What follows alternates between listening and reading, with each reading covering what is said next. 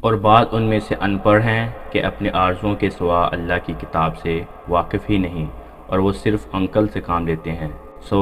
ان لوگوں پر افسوس ہے جو اپنے ہاتھ سے کتاب لکھتے ہیں اور کہتے ہیں کہ یہ اللہ کے پاس سے آئی ہے تاکہ اس کے عوض تھوڑی سی قیمت یعنی دنیاوی منفعت حاصل کریں۔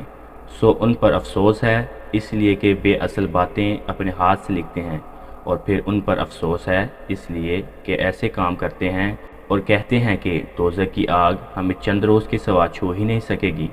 ان سے پوچھو، کیا تم نے اللہ سے قرار لے رکھا ہے کہ اللہ اپنے قرار کے خلاف نہیں کرے گا، یا تم اللہ کے بارے میں ایسی باتیں کہتے ہو جن کا تمہیں متعلق علم نہیں؟ ہاں کیوں نہیں، جو برے کام کرے اور اس کی گناہات طرف سے اس کو گھیر لیں تو ایسے لوگ جہنم میں جانے والے ہیں اور ہمیشہ اس میں جلتے رہیں گے، اور جو ایمان لائے اور نیک کام کریں وہ جنت کے مالک ہوں گے اور ہمیشہ اس میں عیش کرتے رہیں گے۔ اور جب ہم نے بنی اسرائیل سے عہد لیا کہ اللہ کے سوا کسی کی عبادت نہ کرنا، اور اپنے ماں باپ اور رشتہ داروں اور یتیموں اور محتاجوں کے ساتھ بھلائی کرتے رہنا،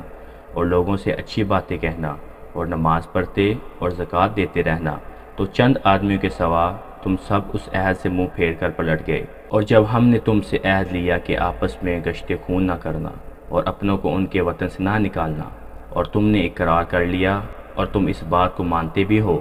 پھر تم وہی ہو کہ اپنوں کو قتل بھی کر دیتے ہو اور اپنے میں سے بعض لوگوں پر گناہ اور ظلم سے چڑھائی کر کے انہیں وطن سے نکال بھی دیتے ہو، اور اگر وہ تمہارے پاس قید ہو کر آئیں تو بدلہ دے کر ان کو چھڑا بھی لیتے ہو، حالانکہ ان کا نکال دینا ہی تم پر حرام تھا۔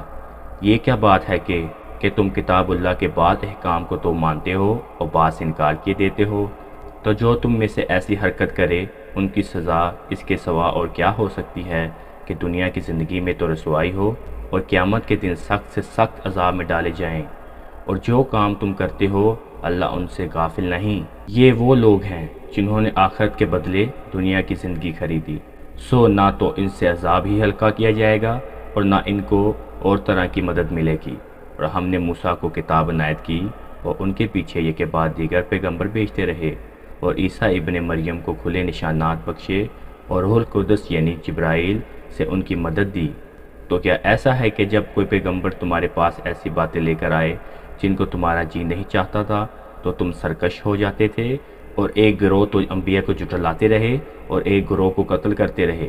اور کہتے ہیں ہمارے دلوں پر پردے ہیں؟ نہیں، اللہ نے ان کو کفر کے سبب ان پر لعنت کر رکھی ہے، بس یہ تھوڑے ہی پر ایمان لاتے ہیں۔ اور جب اللہ کے ہاں سے ان کے پاس کتاب آئی جو ان کی آسمانی کتاب کی بھی تصدیق کرتی ہے،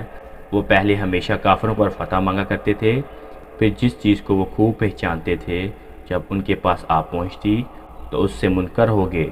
بس کافروں پر اللہ کی لعنت۔ جس چیز کے بدلے انہوں نے اپنے تئیں بیچ ڈالا وہ بہت بری ہے، یعنی اس جلن سے کہ اللہ اپنے بندوں میں سے جس پر چاہتا ہے اپنی مہربانی سے نازل فرماتا ہے۔ اللہ کی نازل کی ہوئی کتاب سے کفر کرنے لگے تو اس کے غضب بلائے غضب میں مبتلا ہوگے، اور کافروں کے لیے ذلیل کرنے والا عذاب ہے۔